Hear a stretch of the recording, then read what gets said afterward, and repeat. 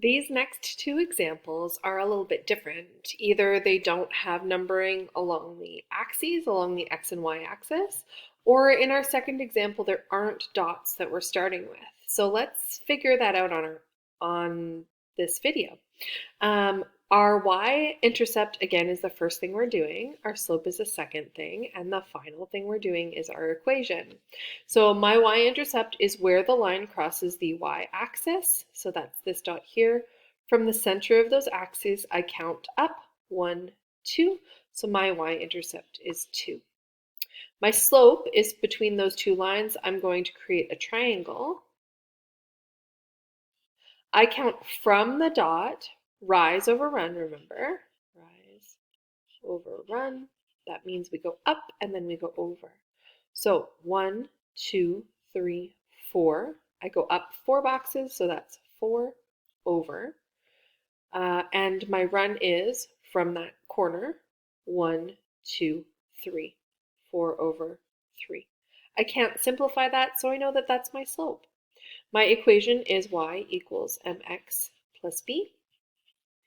And I know my m is my slope and my b is my y-intercept. So my slope is 4 over 3x and my y-intercept is plus 2. I almost wrote 1 there. So it's plus 2 as my y-intercept. For this one over here, you get to actually choose where you put the dots. And it's really important, I'm just going to show an example over here. It's really important when you get to choose that you're picking the right spots. So if I'm drawing a line through this, I drew a line on this box down here. It's not directly through a corner. This one is directly through a corner, and this one's directly through a corner. So I'm always going to choose my 2 points exactly at corners because that makes the math way easier. So as I go along this line, I see that there is one at a corner right here, and there is one at a corner right here. So I'm going to leave those as my 2 dots. But there are a few other places, like this one right here, that you could have used as a dot. And the math works out just fine no matter how big or small your triangle is. So my y-intercept here is from the axis down, center axis down, 1, 2, 3. So my y-intercept is 3. And I'm going to draw my triangle. My rise is from the dot, 1, 2, 3. So it's 3, but because I went down, it's -3 over my run, which is 1, 2. So my slope is -3 over 2. This slope is positive, and the line goes in this direction. So any graph you see with a line that points in that direction is going to be a positive slope. And any graph you see with a line that points in this direction is going to be a negative slope. So that's a little trick to remember.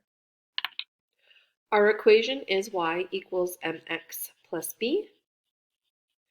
So I'm going to add these values in. Y equals m, which is -3 over 2, x plus b. Oh, wait a second. I almost made a mistake here.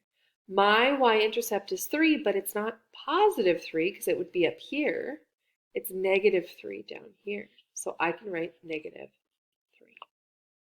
And those are our 2 examples. Those are our last examples with graphs for right this second.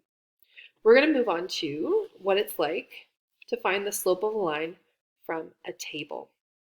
So find the slope by the change in y over the change in x.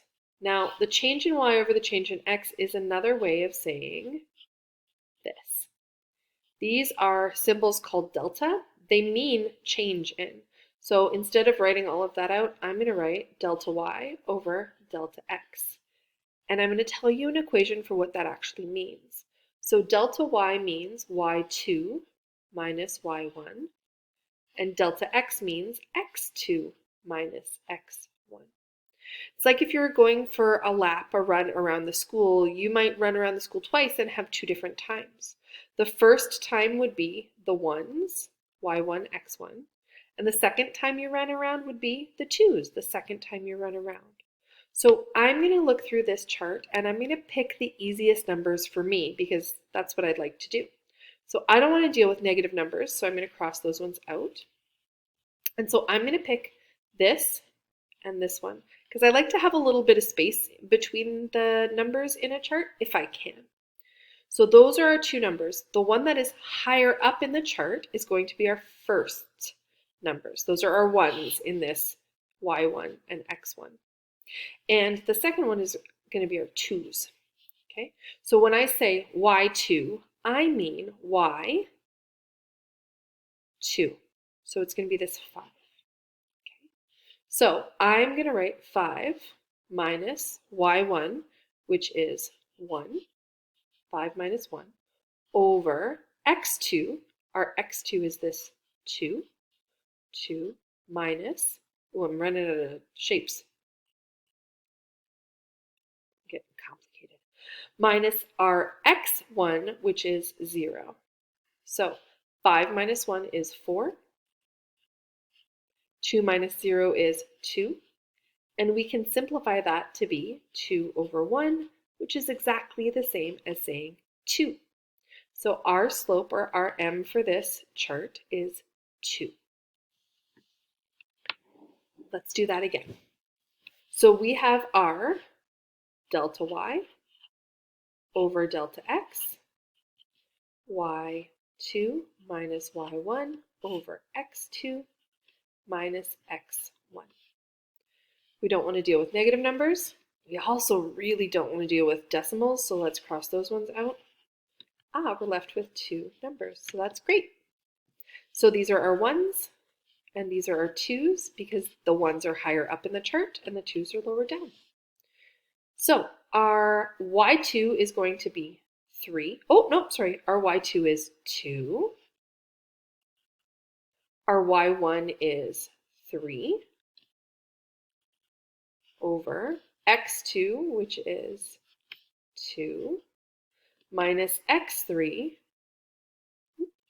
which is again 0. So 2 minus 3 is negative 1, and 2 minus 0 is 2.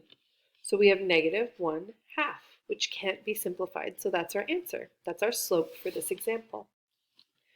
This next one, exactly the same thing. y2 minus y1 over x2 minus x1. Don't want to deal with negative numbers. It's just easier not to. So I'm going to not include those ones. So I'm left with these two this time.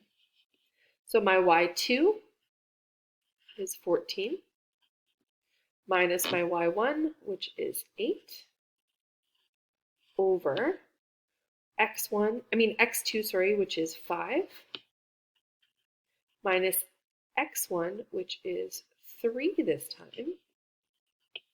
So 14 minus 8, and then 5 minus 3. So it ends up being 6 over 2.